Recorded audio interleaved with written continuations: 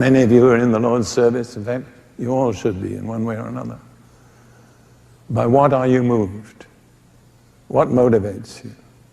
What prompts you to do the things you do? To speak the words you speak? To relate to people the way you do? Beloved, let us love one another. For love is of God, and everyone who loves is born of God and knows God. Is that really what is motivating us? Is it the love of God? Is it compassion? I share something which God sometimes impels me to share. It's very difficult to share. It's very painful. But after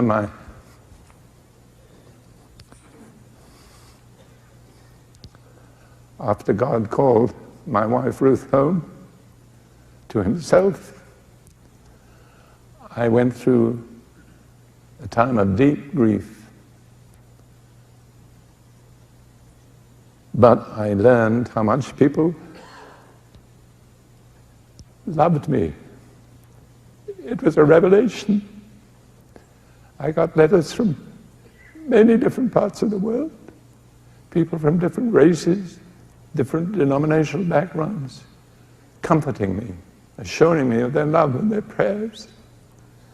I never knew there was so much love in the world till that happened. I didn't know that so many people loved me, and I'm sure I'm not an easy person to love. But after all, persevere, and you can achieve it.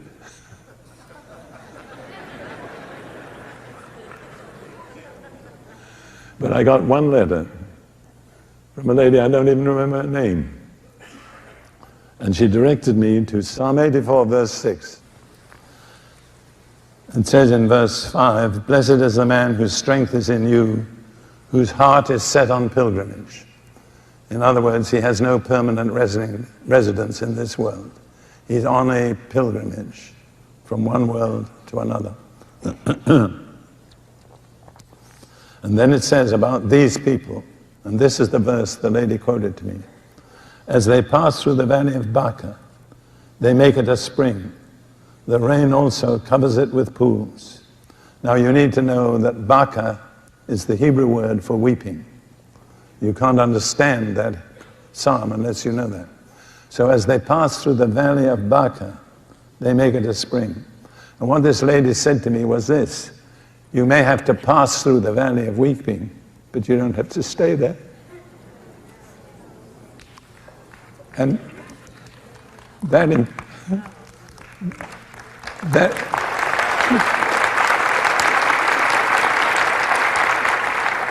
impacted me so deeply that I couldn't read any further for 1 hour. I just sat and gazed at that verse. And God did something. It says, as they pass through the valley of Baca, they make it a spring or a fountain. And at that moment, God opened a fountain inside me. Something I'd been a Christian nearly 60 years, speaking in tongues and doing all those things. But there's something completely new happened in me. A spring, a fountain was opened inside me. And it was a fountain of compassion.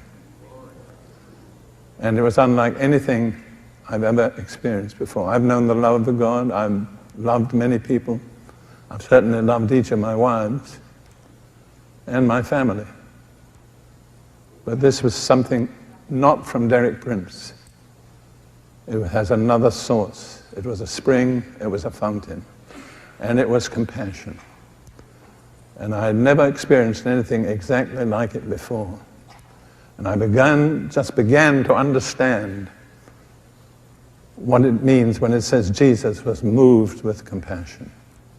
And I realized God was sharing his compassion with me. But that's what I believe God is waiting for. It's that we love one another with his divine love.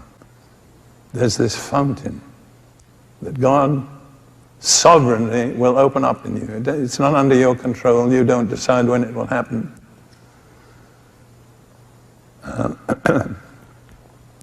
You see, there are some things that don't come without suffering.